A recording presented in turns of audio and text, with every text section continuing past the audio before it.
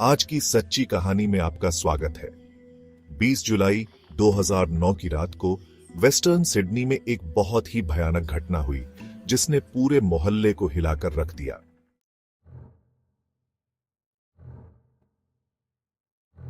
Emergency सेवाएं, मैं आपकी क्या मदद कर सकती हूँ?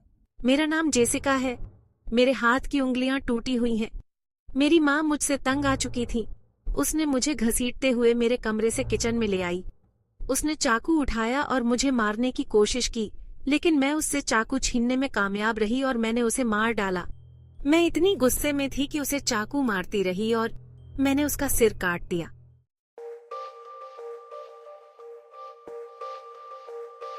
जेसिका सबूत के तौर पर अपनी मां का सिर लेकर मदद के लिए अपने पड़ोसियों के पास भागी। पड़ोसियों ने पुलिस को बुलाया, जो कुछ ही मिनटों में मौके पर पहुंच गई। मैडम, क्या आप मुझे बता सकती हैं कि क्या हुआ? मैंने अपनी माँ को मार डाला।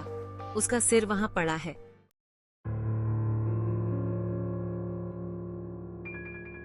25 वर्षीय जेसिका कैलरी कई विकासात्मक देरी और मानसिक स्वास्थ्य समस्याओं, जिनमें ADHD, बाइपोलर डिसऑर्डर, ऑटिज्म और आंतरायिक विस्फोटक विकार शामिल हैं, के साथ पैदा हुई थी। उसकी मां रीटा हमेशा उसकी देखभाल के लिए समर्पित थी, लेकिन धीरे धीरे चीजें मुश्किल होती गईं। जेसिका का व्यवहार अक्सर हिंसक और अप्रत्याशित होता था। उसका स्कूल में दूसरों पर हमला करने का इतिहास था और वह अजनबियों को धमकी भरे कॉल करने के लिए जानी जाती थी।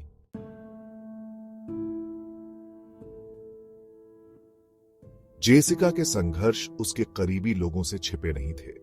उसके अनियमित व्यवहार ने अक्सर उसके दोस्तों और परिवार को परेशान कर दिया।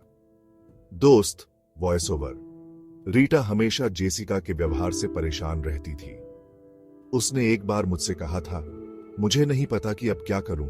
उसे मदद की जरूरत है, लेकिन कुछ भी काम नहीं कर रहा है। जुलाई 2019 में हस्तक्षेप करने के एक हताश प्रयास में रीटा जेसिका को एक धमकी भरा फोन करने के बाद पुलिस स्टेशन ले गई। पुलिस के साथ कई बार बातचीत के बावजूद जेसिका का व्यवहार और भी बदतर होता गया।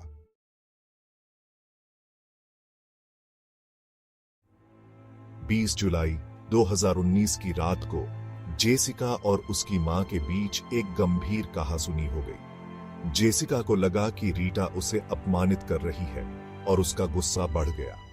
उसने किचन में 7 अलग अलग चाकुओं से अपनी मां पर हमला किया, जिसके परिणाम स्वरूप उसकी मां की दुखद मौत हो गई। पुलिस एक भयावह दृश्य पर पहुंची। खून से लथपथ जेसिका को हिरासत में ले लिया गया।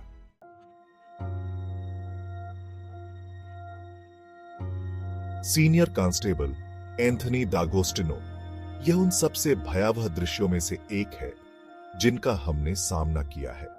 पीड़िता को गंभीर चोटें आई हैं। सीनियर कांस्टेबल एंथनी दागोस्टिनो रीटा अपने 4 साल के पोते की देखभाल कर रही थी, तभी हमला हुआ। बच्चे ने घटना का एक हिस्सा देखा और हस्तक्षेप करने की कोशिश में घायल हो गया। इस घटना ने पूरे समुदाय को झकझोर कर रख दिया। जेसिका पर हत्या का आरोप लगाया गया था, लेकिन बाद में उसकी मानसिक स्वास्थ्य की स्थिति के कारण उसे हत्या का दोषी पाया गया। उसे 21 साल और 7 महीने की सजा सुनाई गई थी।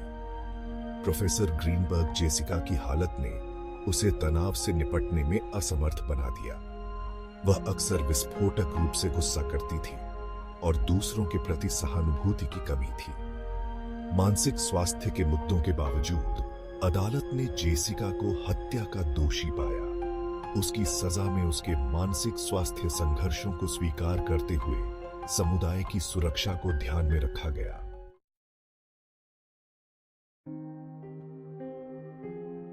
रीटा के परिवार ने मानसिक स्वास्थ्य प्रणाली के प्रति अपना दुख और निराशा व्यक्त की। उन्होंने महसूस किया कि यह रीटा और जेसिका दोनों को विफल कर दिया। क्रिस्टी हमारी मां एक खूबसूरत इंसान थी जो हमेशा दूसरों को पहले रखती थी। सिस्टम ने उन्हें फेल कर दिया और अब हमें इस सदमे के साथ जीना होगा।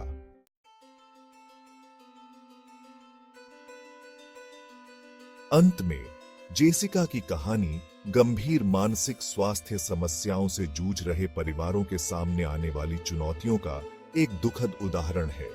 यह एक बेहतर सपोर्ट सिस्टम की आवश्यकता पर भी प्रकाश डालता है। जेसिका अब जेल में है, जहां उसके व्यवहार की निगरानी की जा रही है। यह मामला हमें याद दिलाता है कि अनुपचारित मानसिक स्वास्थ्य के मुद्दों का विनाशकारी प्रभाव हो सकता है। सुनने के लिए धन्यवाद। अधिक सच्ची अपराध कहानियों के लिए सब्सक्राइब करें।